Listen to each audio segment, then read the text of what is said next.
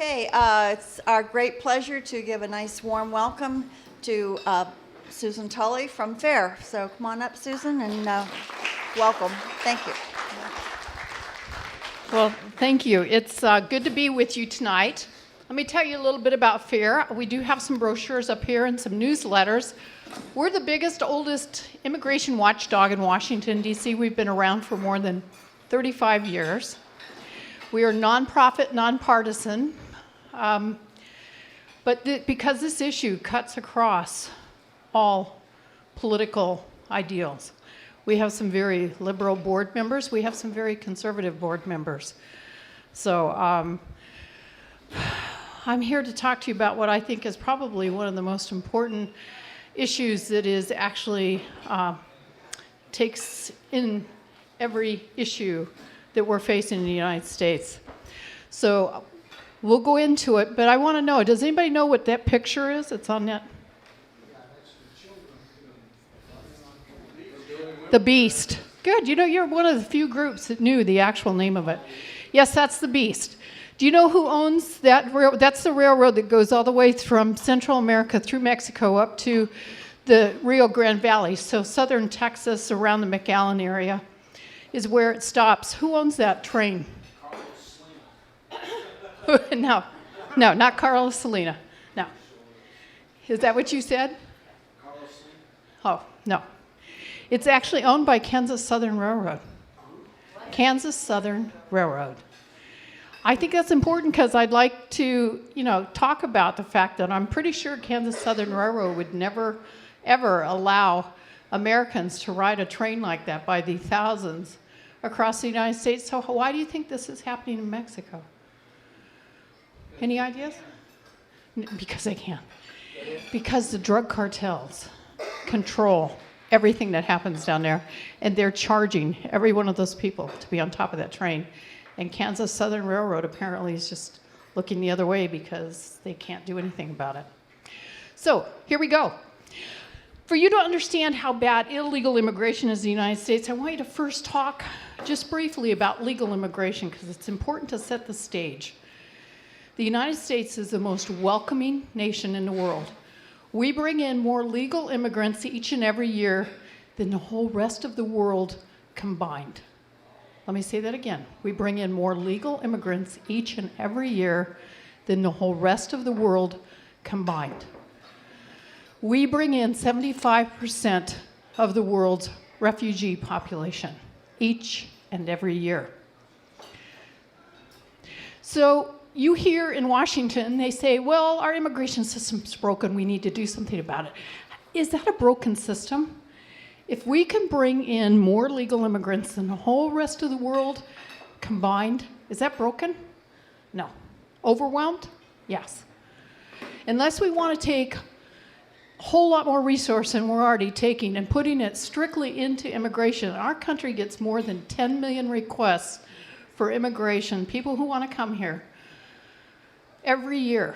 So unless we put all of our money and funding into immigration, we are only getting the 1.1 million we have because that's all we can process in a year. So why do people say it's broken? Because they want faster access.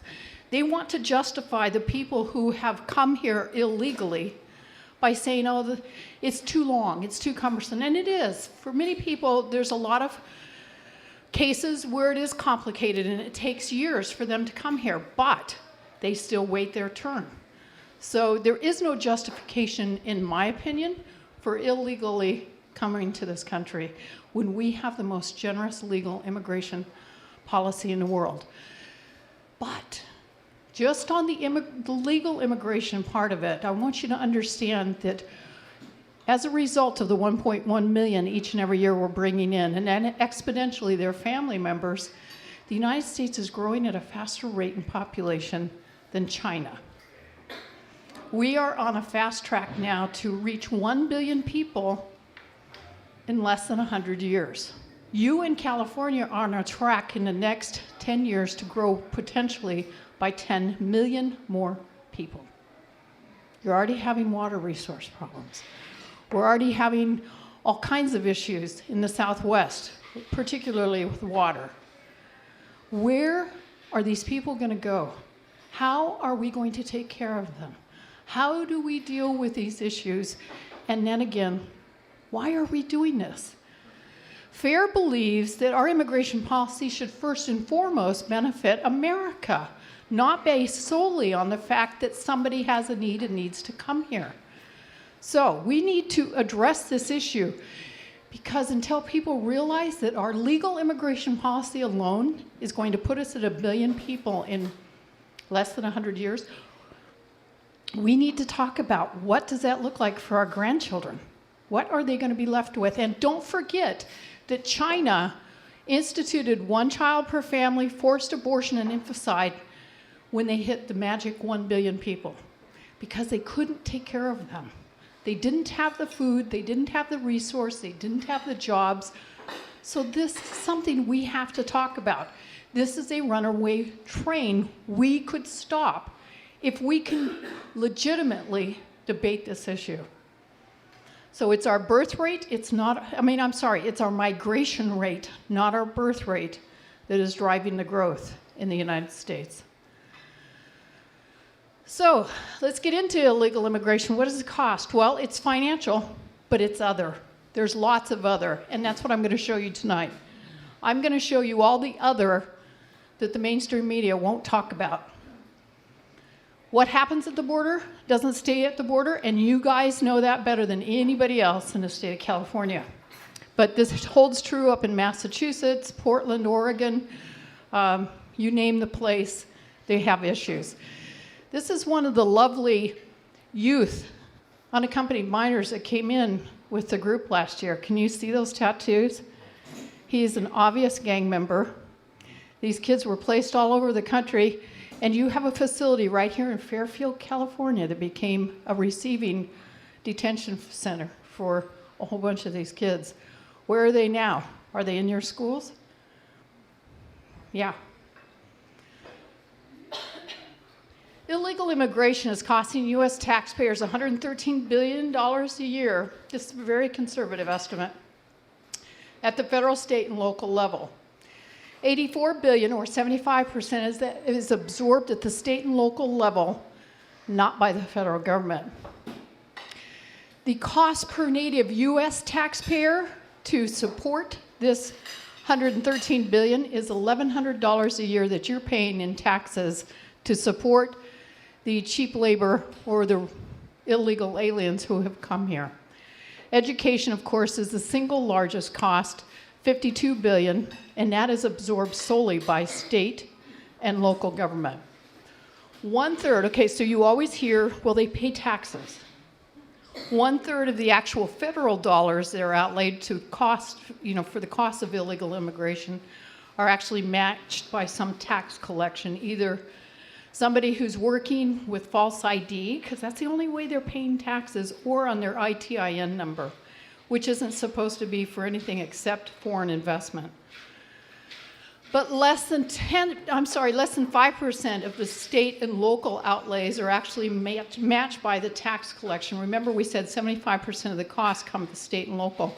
So only 5% of that actually gets collected back in any form of a tax from this group of people. So when you hear that, these are the statistics that you need to have. So here's the state of California. You have approximately 4.1 million illegal aliens in the state. That's a very conservative estimate. And they represent about 10% of the population, 10.7. They are costing the state of California $25.3 billion, $25.3 billion each and every year. And what did Governor Brown just do with your budget? Pardon? Well, you guys, he says, we got lots of money. We have a slush fund. So we're going to, he just put in the budget, to grant health care to all undocumented alien children up to the age of 19 in the state of California. It's going to cost you millions. Millions and millions and millions. So this number is going to go up. The state of California has about $192 billion of unfunded pensions. $192 billion. Why aren't they using some of this money to fund those pensions as opposed to giving it to a group of people who have no right to be here. So you have taxes that the illegal population pay in the state of California is about $3.5 billion, but that still leaves you upside down in the state of, where's the number up there somewhere? So it's 25 billion minus 3, about $21 billion that you're still paying. Now, remember that number that I had nationally? We're paying $1,100 per household for illegal immigration. Look at the number for you in the state of California, $2,370, double that of the national. So you can support big business, greedy business, and self-serving politicians who won't deal with this issue. And this is a very costly population of people. So let's talk about who's really in control of our border, because, folks, it's not us. It is not us. One thing you need to know, the days are long gone. I was in Southern California. I was in law enforcement. I was in law enforcement for 13 years. And the days were when somebody came through the border illegally, they came on their own. And they snuck in. Sometimes they had a coyote that would help them, or maybe a flop house that they would go to. But that's not the case anymore. The drug cartels absolutely control the other side of the border and the access of who gets through. This is a business venture for the cartels. They receive and add this revenue to their drug trafficking enterprise and those other enterprises that they're involved in. And those unaccompanied minors' family members, we're paying $4,000 to $8,000 per person. And they are. It's up. It's coming again. They're receiving right now in McAllen, Texas, about 70 people an hour into Border Patrol in one station. 70 people an hour. So uncontrolled perimeter, for those of you who are in the military, if you don't have a controlled perimeter, you don't have control of the situation. For us, it means uncontrolled perimeter. We don't have sovereignty. Sovereignty means we control, we decide who comes, when, and where. That's what sovereignty means. We get to decide that. We don't have that any longer. I want you to think about that. When you talk about being a sovereign nation, we're not. The number of unaccompanied minors in the Rio Grande Valley alone increased 367% since 2011. Most of the unaccompanied minors are what they call OTM, which is other than Mexican. Why does that matter? Because Dianne Feinstein, in her wisdom, and many others, decided that anybody who came other than Mexico couldn't simply be processed and sent home. They have to go through a big process with a hearing. So here's what happens. They have to be apprehended, processed, staged, and then transported within 12 hours of being arrested. They have to be in the hands of Health and Human Services within 72 hours. So what did that mean? I took a whole bunch of sheriffs from around the country down to McAllen, Texas last year in the height of this unaccompanied minors. And there were over 1,200 of them being processed in an 8-hour period. So in this Border Patrol station, every vehicle that was supposed to be in the field was not. It was under the carports. The Border Patrol agents were sitting at a desk, and his desk was about the size of this table. And he would be sitting there and he's processing a child on the other side of the table. But then he had a computer screen facing another child on that end and one here facing a child.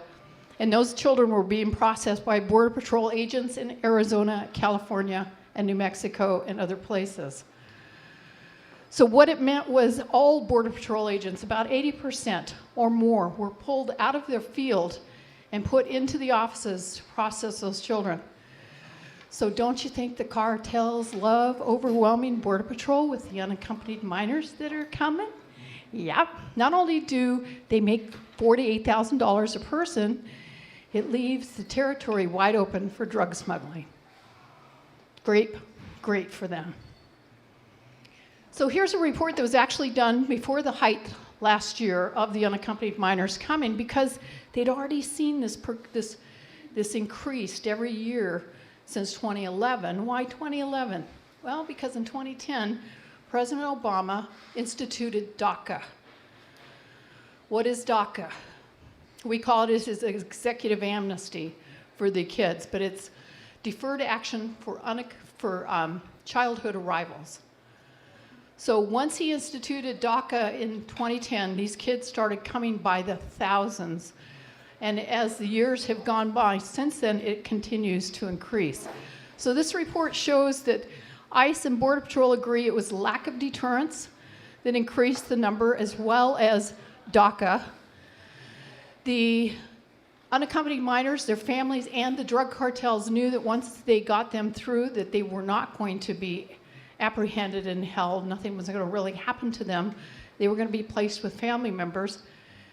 And they also knew that this was a huge profit-making venture for the cartels. So as a result, the unaccompanied minors in Rio Grande Valley went from 5,236 in 2011 to 68,541 last year alone. We have no idea how many we're going to get this year.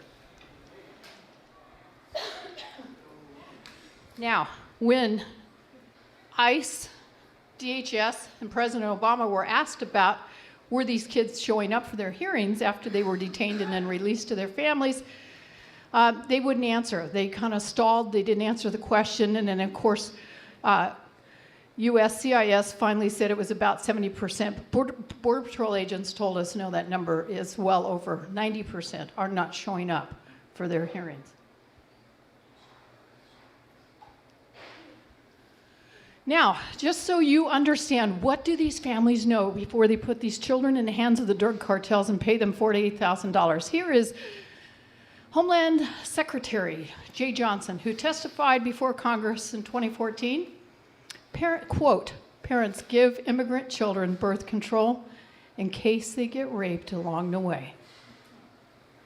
I want you to think about that. How bad can life be? I don't care how bad life is. My grandchildren, before I would ever consider doing anything like that, were going to grow carrots in the backyard and eat the dog before I would put them in the hands of the drug cartel, knowing that they could be raped along the way. Have any of you heard this? And where is the outrage in Washington? That testimony alone should have stopped this process. They should have shut that border down. But it gets worse. Senator Dick Durbin said that some of the unaccompanied minors were raped by drug cartels. They initially arrived in the United States. They were very quiet. They didn't open up. He's speaking of Samuel and Emily, clearly children who were victims of trauma. After 2 months in the care and custody, the 3- and 6-year-old admitted they were raped by drug cartels. Okay, this is testimony in Congress.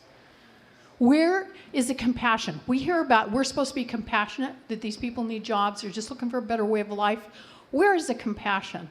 Who in their right mind allows us to continue 1 day longer after hearing that kind of testimony? There's lots of other risks. There's a train. Hundreds of these kids have fallen off that train. Hundreds of them have died. If they get through and they don't get apprehended by Border Patrol, especially those who are being sex trafficked or other, many of them die from dehydration. I work with some ranchers in Texas, the Vickers. They have a 1,200-acre ranch, and since 2008, they've picked up 260 bodies off their ranch alone. They try to scour their ranch, and they carry water with them in case they come across these people. But these are actual pictures off of their ranch.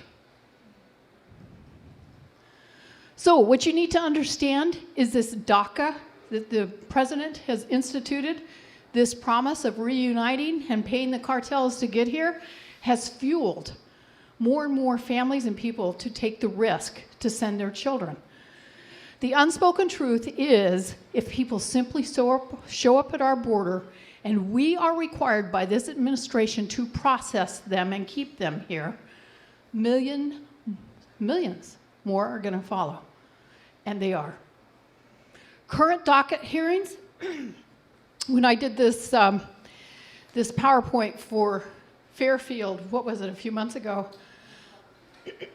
Republican women That number was 2017. So just in a few months, those docket hearing dates have been pushed out to 2019. That's where we're at right now. So the kids who show up today, if they finally show up for their hearings before a judge, that's their hearing date. So we have to take care of them for the next 4 years before they even see the judge. That's how backlogged they are.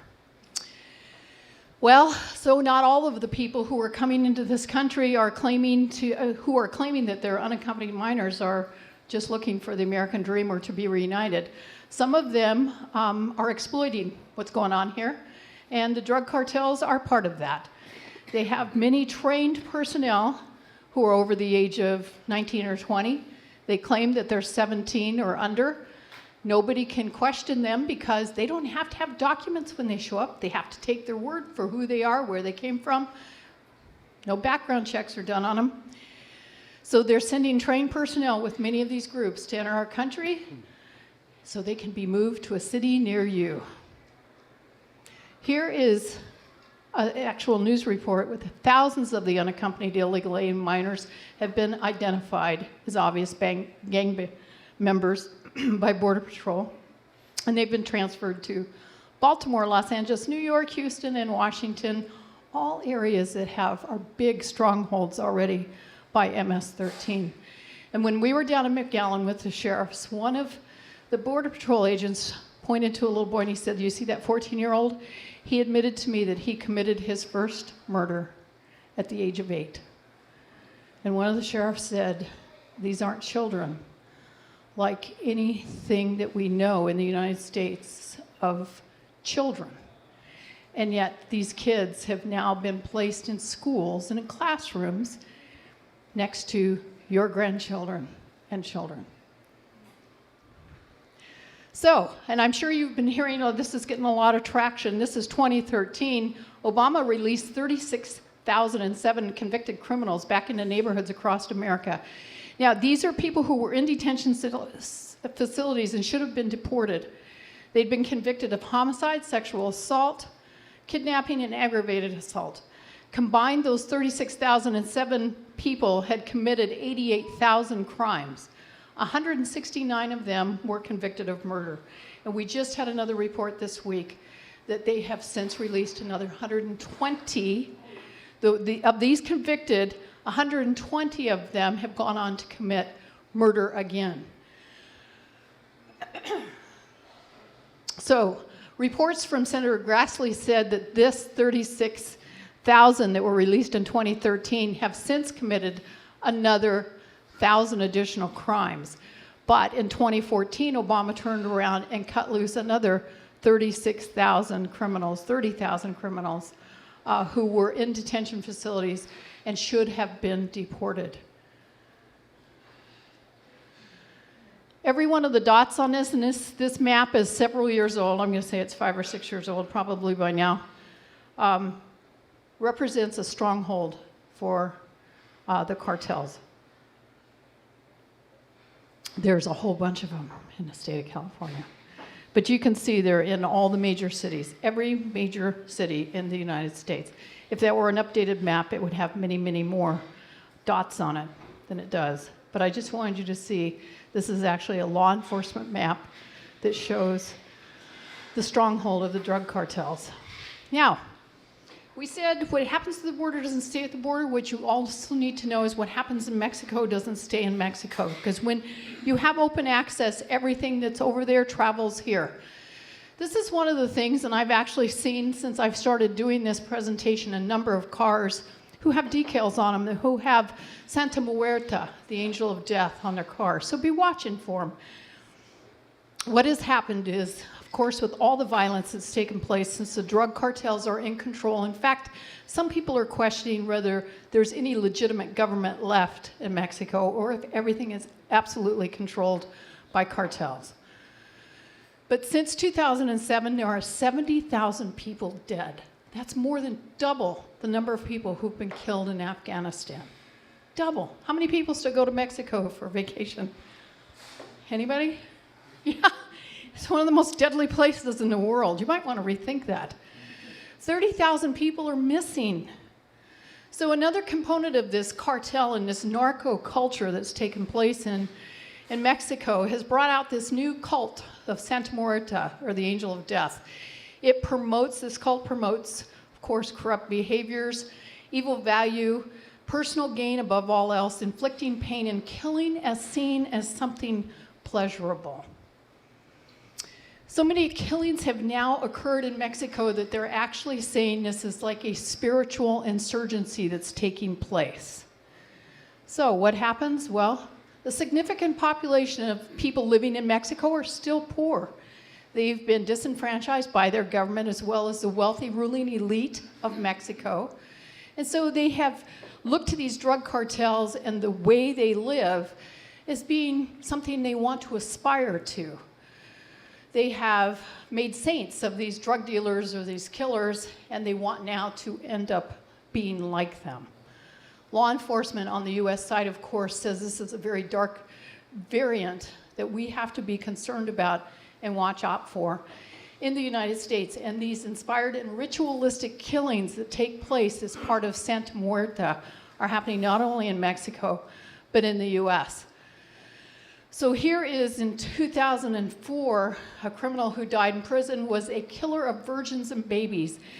They take the bodies of these people that they offer up to the angel of death, virgins and babies, and then they use components of their body and oils from their flesh in the making of candles, which can now be bought in the United States if you know what you're looking for, so that you too can have a ritual to the angel of death. In Nuevo Laredo, they have had many shrines and many killings that have been offered up to Santa Muerta. And here in 2007, you can see the stacked bodies. They were 5 separate incidents, all of them part of Santa Muerta worship. But remember when I said if it happens there, it crosses over? Remember the beheading in Chandler, Arizona in 2010? That was a Santa Muerta killing. And in Texas in 2006, one of the cartels engaged in multiple homicides, and one of them bragged to DEA how he slashed 2 teenagers. He took a broken bottle, he gathered up their blood and made a toast to Santa Muerta. But here is an actual headline from Chicago. Saint Death comes to Chicago. And in April 2011, local law enforcement have now put together that dozens of killings that have happened there are part of this worship. So what stays at the border, what happens to the border doesn't stay at the border, and what's happening in Mexico isn't staying in Mexico. So here's something we have to look forward to. I don't think it's come here yet, but organ harvesting of humans. This is going on mostly in southern Mexico, and this was this year. This is a report from the New York Times where the people, the families in Mexico have actually had to become vigilantes. In Mio, how do you say it? Miocon? No. Oh, heck. Anyway, the very southern tip of Mexico, the family members have had to arm themselves, and they actually, at one point, Miocon, I think that's how it is, had to stop. There was the cartels had come in, they gathered up kids, they had them in a refrigerator box, and they were going to harvest their organs and put them on the black market for sale. What they do is they rent homes or apartments, and then they bring in medical teams, and they do the harvesting, and of course leave the people for dead. The Mexican authorities have said that drug trafficking for the Knights Templar cartel in the southern tip of Mexico is no longer their major source of income. They used to be the biggest crystal meth producer, no longer. They're saying they're getting their income mostly from illegal mining, illegal logging, extortion, and organ harvesting. And then, of course, we have Pimp City. Get your hands out the window! Sex slaves, the products traded by the world's fastest growing illegal industry. The woman is actually a commodity that could be reused over and over and over again. And they are here, hidden right next door. Nueva York, Los Ángeles, Las Vegas, Chicago. All over. Todos, España. Girls as young as 12 plucked from their homes and trafficked to the US. I was 14 years old. They used to treat me as an animal. They had policemen who were clients. So where does a girl run if the clients aren't protecting them? Emocionalmente estás bien. No tanto. This is nothing more than modern-day slavery. Wars have been fought to end that in this country. This is not something that we can tolerate in America. We'll go inside America's secret slave dens. ¿Cuántos mujeres hay? Tres. To a Mexican city where boys are trained to be pimps and women seldom escape.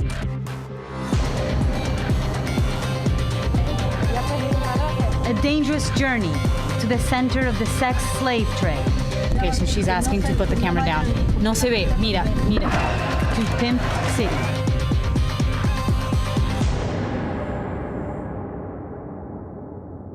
So Pimp City in Mexico, where boys are trained to be pimps and girls seldom escape. Who was that woman who said, wars have been fought in this country over human slavery. We cannot tolerate that. Who was that? Loretta Lynch. Obviously, she did this interview before she was Attorney General. But what did she say in the confirmation hearings before the Senate? When they asked her, what about illegal immigration and people who are working here illegally? What would you do and how do you feel about that? Do you know what her answer was? She said, everybody should be entitled to a job regardless of their immigration status.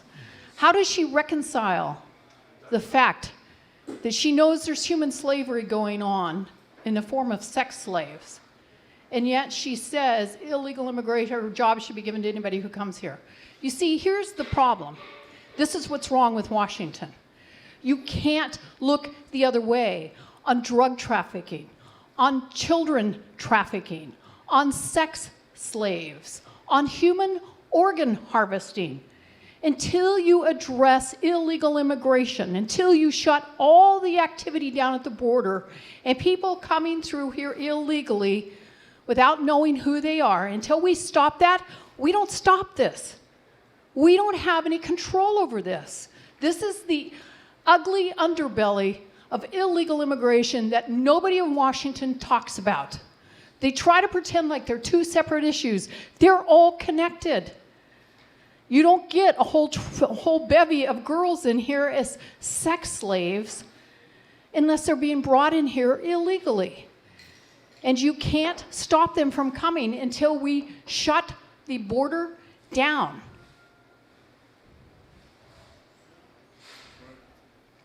Now, add to that the fact that the drug cartels are now recruiting our youth, our military, our jail population. They're in the jails. They're in the jails as people serving time, but they have their people running the jails in some cases, especially here in the state of California. Yes, you have huge influence by the drug cartels here in the state of California. Do you think you got that legislation through that legislature in Sacramento for giving licenses, giving medical, blah, blah, blah, blah, blah, unless the drug cartels have a lot of money flowing to the people who are making votes and have influence and people in places throughout this state? That's why you're going down the tubes, folks. That's what's happening. If you don't, you have to understand the drug cartels are here. They have a huge presence and they have a lot of money. How much money do they have? Well, they outman and outgun probably any police department in the United States. They rent satellite time from the Russians and from the Chinese. I work with top experts from around the country about the capabilities of the drug cartels. And they are going to make the Mexican mafia look like neighborhood hoodlums when they get through. These people have drug routes from Mexico all the way over to Europe. They traffic these girls, you heard him, all the way to Spain. Just a minute. And so you have to understand that what is happening intentionally, and these people are in control of it. Here's a Border Patrol agent who said he has witnessed gang members recruiting from these unaccompanied minors in the detention facilities, even using a Red Cross phone to make phone calls to to pressure other minors and to recruit and enlist their help. Now, they are, like I said, they're not looking for our tatted up gangbangers. They're looking for kids who have IT college degrees, who have accounting degrees. They have a lot of money, billions and billions and billions of dollars. And they need help continuing their enterprise because this is a business. And so they are recruiting our teens. You guys gonna be at my house later tonight? Man, I don't know, dude. I gotta clean my garage. Sounds good, bro. We'll both be there. It's cool if I bring my little cousin. I'd rather you bring your sister, but that's all right. Nah, bro, she's too old to be. Besides, you don't have a chance.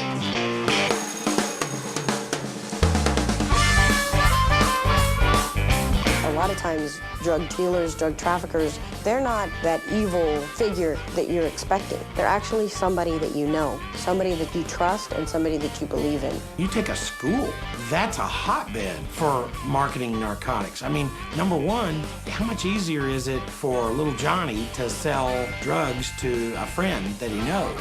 Hey, you gonna hook me up or what? Why, that fake baked dope you're doing just ain't doing it for you? It's not good, man. I need it. Come on, hook me up. The synthetics that are in the United States today is a very dangerous situation. There's a misconception that because these products are legal, that they're not harmful. You're putting an unknown substance in your body, and basically you're playing Russian roulette with your body. All right, we got the money this time, and I mean all of it? Yeah.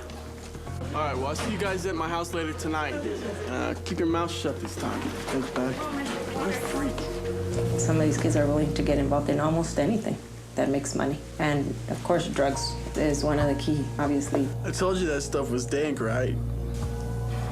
Oh, man, Josh. I don't know how you do it, man. I'm stoned. Now that's a documentary that's been done by Rusty Fleming in Texas. He's a documentary filmmaker. He has done lots and lots of work for the History Channel and Gangland. He has been the producer of that. He has put together this documentary because they know what's happening in Texas and that the drug cartels are reaching out to the youth in America. And it's so bad that the Texas Department of Public Safety put out this warning to parents. This warning to parents across the state to be aware that efforts by the drug cartels, Mexican cartels, and transnational gangs to recruit Texas youth in our schools and communities. They're luring them with the prospect of cars, money, and notoriety, promising them if they get caught, there will be little penalty or sentence.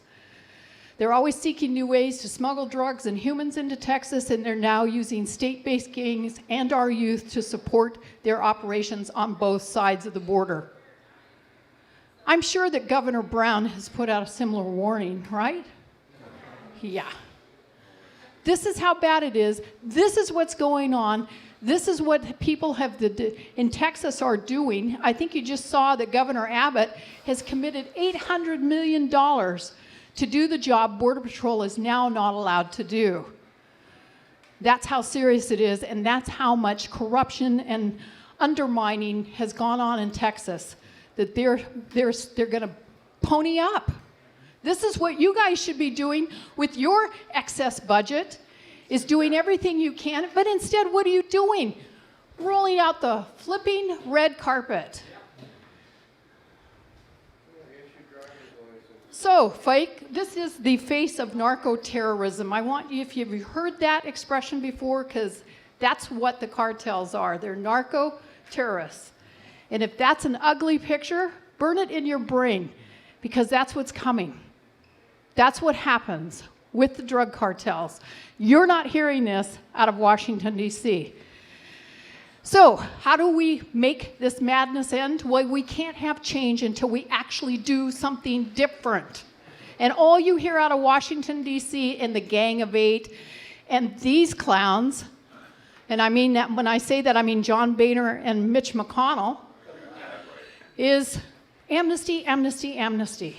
That Gang of Eight bill was just loaded up with how many misdemeanors should we let them have committed before we grant them amnesty? 2, 3? Okay, let's go with 3. Oh, but what if they're felony? Well, they need to go if they committed a felony. Oh, well, let's go ahead and let the DHS secretary, she can step in and decide sometimes if even they need to say if it's in the public interest. What public interest do we have in any more felons? We have plenty of our own. So what can we do? Well, we had the opportunity with this new Republican Senate and House to defund DACA, didn't we? But they didn't do it, did they? They did nothing. What did John McCain say? He said, oh, let's let the courts decide. Remember the 26 states that have sued Obama, and it is now going to be it should be heard over the next 30 days or so. So far, it's looking very hopeful. But Congress had the opportunity to deal with it, and they didn't. Why not? Well, self-serving politicians and greedy big business. We have to support state and local law enforcement practices and stop supporting illegal aliens. We have to cooperate with ICE and Border Patrol. And what was the law that they passed here in California a year and a half ago? The Trust Act. It's now illegal for police officers to cooperate with ICE. Even if they know that ICE wants to detain somebody, they cannot turn them over to them. You tell me the cartels don't have influence here. That is ridiculous. Okay, you've heard of Trey Gowdy's bill that is in the House. They have not gotten it to a vote yet. But Senator Sessions, I've been working with their office all week this week, getting sheriffs, and I'm going to see Sheriff Jones in Sacramento tomorrow. I have an appointment with he and Senator Nielsen. Senator Sessions is introducing in the next few days the equivalent of Trey Gowdy's bill, but he's calling it the Michael Davis Jr. and David Oliver Act. Who are those two people? They're your two deputies that were killed here in Northern Cal, right here in Sacramento and Placer County, and there's pictures of them. So we need to rescind your California Trust Act to help stop the killing of your local law enforcement. I mean, it's gotten so bad. In Illinois, they're trying to introduce, Illinois is almost as bad as California. They're right behind you. They want to introduce a bill that would allow all of these immigrant groups to be put on a committee. And if there's any police incident with an illegal alien, they get to review and decide if the police have acted correctly. Yeah. This is unbelievable. We need to stop this health care. I don't know how you do that in a budget, but I really think if you guys have a rally, you need to go to Sacramento, you need to take every family member you have, and you need to storm the Capitol and say, this is ridiculous. Pardon? It's not going to happen. Well, so you're going to be stuck with another price tag, and they're going to, we might as well put billboards all over the United States saying, this many miles to California, you'll get a driver's license, you'll get a job, you'll get free medical care, you'll get all the welfare benefits, and all the rest of you better find somewhere else to go. We have to rescind the health and welfare benefits for illegal aliens. You see what it's costing you. I'm going to take questions 1 second. This is my last slide. We have to stop the DREAM Act, and now they want more. They don't want just in-state tuition for the illegal alien children who've gone to high school here. Now they want resources centers set up on all the college campuses that will be only for illegal aliens and how they go on to get a college degree. This is going to cost you millions more. The bottom line is we have a lot of employers who employ these people. I know it's very difficult sometimes to run a business and compete when everybody else is using illegal alien labor, and you're hiring Americans, and you're paying your 7.5% Social Security tax and your workers' comp. How do you compete with that? Do you see how corruption just gets in and takes over? That's what's happened in the state of California. I remember in the early 80s, it was shunned if you hired illegal aliens. People looked down on it. We need to change that mindset in America, not just here, but across America. We have an unemployment rate of male Americans between the age of 18 and 35, it's 38%. Those are people who could take those jobs. The unemployment rate in black communities in this nation is through the roof. In Los Angeles, California, The black community of Los Angeles had union jobs in hotels and restaurants. They were making good money. They were able to put their kids in college. They were able to pull themselves up and work out of the poor neighborhoods in Los Angeles until we accepted and started bringing in illegal alien labor. And now those jobs that paid $18.50 an hour, had benefits, had retirement, they're now back to being paid. And this is how many years later? $11, $12 an hour, no benefits, no medical. And black America in Los Angeles has one of the highest unemployment rates in the country. And I would say that you see that happening in Baltimore and some of the other cities with the unrest, the high unemployment, and the fact that we have not done for our own people and not protected them and allowing people to take those jobs from the people who need them the most. We need to institute mandatory E-Verify. Anybody who's got a job should be put through E-Verify. Employers can do that. They can volunteer to do that. Dunkin' Donuts does it nationwide. Every person who works for them is put through E-Verify. We need to make sure you know the legal presence of anybody who's working at your house. Because if they're not here legally, you don't know who they are. You don't know what they've done. And a year and a half ago in Omaha, Nebraska, Louise Solomon, a 93-year-old great-great-grandmother, was asleep in her home. An illegal alien who'd been doing a roofing job 2 doors away got drunk, decided to break in her house, rape her, and beat her to death.